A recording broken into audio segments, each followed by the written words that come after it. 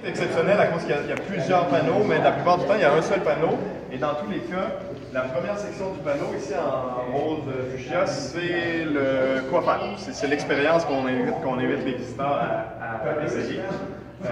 Après ça, on explique de façon scientifique qu'est-ce qui s'est passé dans l'expérience comme telle. Si on vient ici, ben, des applications plus concrètes dans le quotidien, à quoi ça sert cette science-là, ces technologies-là. Puis un petit plus après ça, des saviez-vous que, des anecdotes, des choses plus sympathiques. Alors, es-tu radioactif? Ce que je vous recommande, ça va être peut-être de vous tenir quelque part ici derrière la table, ça va être dégagé. On propose deux choses. On propose d'abord d'utiliser ceci, qui est un compteur Geiger, un détecteur de radiation, c'est-à-dire de radiation quand il y a de la désintégration nucléaire. Pour l'allumer, il y a 4 boutons ici, le dernier ici à votre droite. Il faut le tenir jusqu'à ce qu'il fasse son gros bip comme ça. Et là, assez rapidement, vous avez un affichage. Par exemple, en ce moment, c'est marqué 0 CPM, c'est 0 compte par minute. C'est le nombre, c'est une quantité de radiation qu'il détecte à chaque minute. Bon, il vient d'en capter un. C'est normal, il y a une radioactivité ambiante normale. L'air que vous respirez est légèrement radioactif. Le plancher, vous-même, vous êtes légèrement radioactif, donc c'est normal qu'il en détecte un petit peu. Présentement, il est à 5 CPM. 6, bon, c'est normal. Il y a toujours un espèce de bruit de fond de radioactivité dans notre environnement. Puis, ce qu'on propose simplement aux gens, c'est de s'amuser à l'approcher de certains objets. Et j'ai volontairement mis des objets que les gens pourraient penser que c'est peut-être radioactif, comme des bons botches de cigarettes. Si on met l'appareil là-dessus, simplement comme ça, est-ce qu'on détecte quelque chose de plus que le bruit de fond? On a quand même une légère augmentation. Non, c'était le bruit de fond. On est à 14. Donc, vous entendez les petits tic-tics, ça c'est à chaque fois qu'il détecte une radiation. Mais bon, c'est rien de bien beaucoup plus que le bruit de fond normal. 18 CPM, 19 CPM. Pardon. Un détecteur de fumée, certains d'entre vous le savent peut-être que d'autres ne le savent pas, mais il y a une source radioactive là-dedans. Il y a un petit émetteur de, j'ai oublié si c'est du strontium, je ne me souviens plus, je vais vérifier. Il y a une petite source de radioactivité qui envoie ces radiations sur un capteur. Puis, sauf que c'est des radiations très très faibles et très faciles à stopper. Dès qu'il y a de la fumée qui vient s'interposer entre la source et le capteur, ben c'est pour ça que c'est à ce moment-là que le détecteur se met à crier. Et si vous placez ça là-dessus, c'est pas énorme, mais là, je suis à 26, 27, 22, 23. Bon, c'est pas énorme, mais il y a une petite source de radioactivité. En fait, on va même l'ouvrir. On va mieux voir ce qu'il y a là-dedans. La source est ici, elle est cachée dans cette bidule-là. Ici, on accote ça directement là-dessus. Ah. Bon, je suis à 25, 26. C'est rien d'extrême, mais vous pouvez même le laisser ouvert là, pour le public.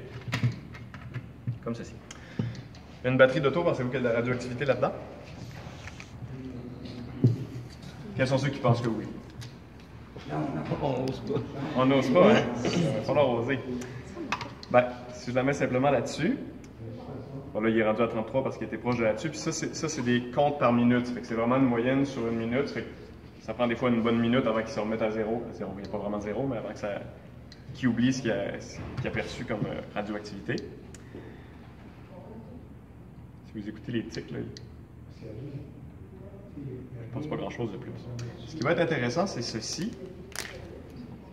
Alors, j'ai des substances vraiment radioactives ici, qui sont tout à fait manipulables, il n'y a pas de danger, à moins que vous les colliez ici au même endroit pendant 40 années de votre vie. Mais, ça, je vais fournir une petite feuille mieux que ça. Il y a ici du minerai, excusez-moi. Ça s'appelle de la pegmatite granitique, c'est pas important le nom. Par contre, c'est une source naturelle, il y a de l'yttrium et de l'uranium dans le petit coin ici. Vous allez voir de plus près, là, il y a comme une tache rose ici. Dans le petit coin en haut à droite, il y a un petit peu d'yttrium et d'uranium là-dedans. Si vous approchez ça,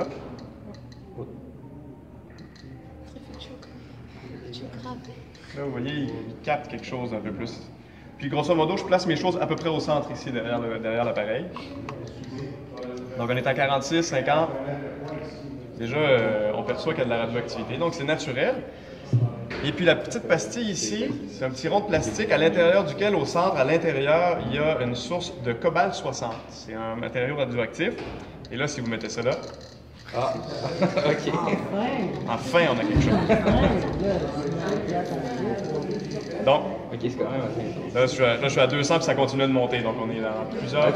Par contre, c'est des radiations qu'on appelle alpha, c'est les moins dangereuses. Une radiation alpha, vous mettez du papier puis vous la bloquez presque. C'est vraiment, vraiment facile à stopper. Ça fait qu'il n'y ait pas de crainte de passer proche de ça. C'est sûr, comme je vous disais, si vous l'avez très très près de la peau pendant plusieurs années, ça risque d'être dangereux. Ça, c'est de l'eau. Ça, c'est de l'eau radioactive. Radioactive.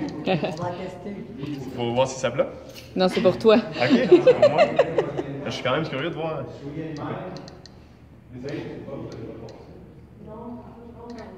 Ah.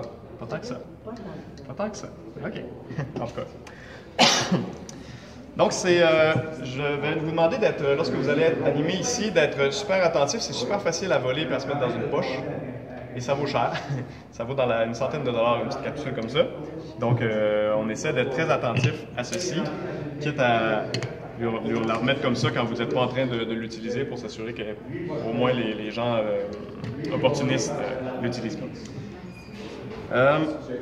À la fin de la journée ou quand il va y avoir des pauses, rééteignez l'appareil, c'est le même bouton, vous l'appuyez jusqu'à temps que ça fasse bip, puis c'est éteint.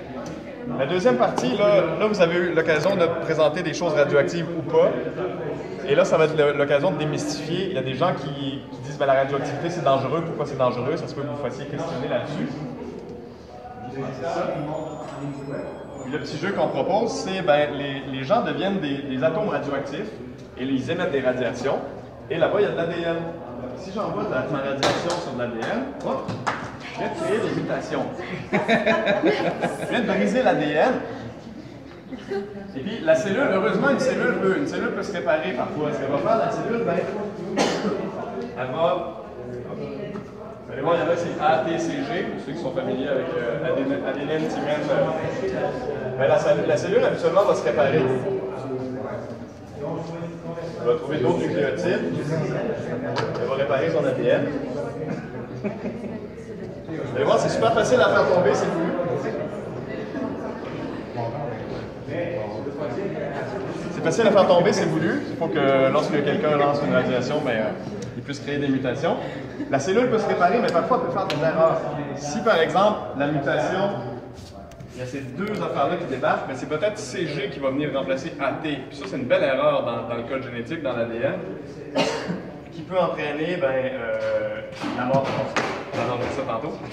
La mort de la cellule ou il peut y avoir un cancer qui commence. C'est ce genre de choses-là. Pourquoi la radioactivité c'est dangereux à forte dose? Ben, c'est ça. Les radiations qui frappent votre ADN mais peuvent dérégler l'ADN puis éventuellement soit faire mourir la cellule ou déclencher un cancer ou ce genre de choses moins agréables que ça. Si jamais vous avez un petit moment, ça c'est une nouvelle affiche que vous n'avez pas, mais décrit comment fonctionne une centrale nucléaire. Et il y a quelques descriptions de l'accident de Tchernobyl en 1986 et de Fukushima en 2011 qui expliquent ce qui s'est passé. Donc ça permet en référence sur le schéma, on est capable de voir qu'est-ce qui a été. Puis la dernière ici, c'est la radioactivité, à quoi ça ressemble chez nous au Canada. En gros, c'est une petite liste rapide des centrales nucléaires. La centrale de Gentilly, l'affiche n'est pas à jour, mais celle-là a été fermée. Elle n'est plus en fonction. Mais il y en a d'autres en Ontario, au Nouveau-Brunswick. On a des laboratoires nucléaires en Ontario et vous avez ici des mines d'uranium. Il y en a ailleurs au Canada, mais les plus connus sont là. Et vous aurez le temps de regarder ça un peu. Puis aussi, il y a quelque chose d'intéressant dans cet encadré-là. Le fleuve Saint-Laurent, il y a énormément de produits radioactifs qui circulent sur le fleuve Saint-Laurent tous les jours. Donc, et c'est dû à quoi? Qu'est-ce qui est... Dans le fleuve, c'est dû à quoi? Non, c'est sur des bateaux, c'est voulu, c'est des produits, c'est des charges radioactives, c'est des déchets radioactifs qui circulent, c'est des médicaments.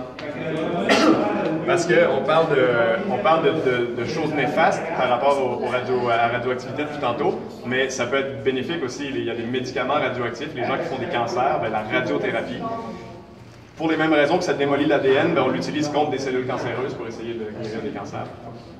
Coupé. Oh! Ok, je pense que j'avais recommencé, là. Ok. Sympathique. C'est vrai? Oui. Petite zone sympathique où là, on invite simplement les gens à venir s'asseoir sur le super vélo stationnaire des années 80.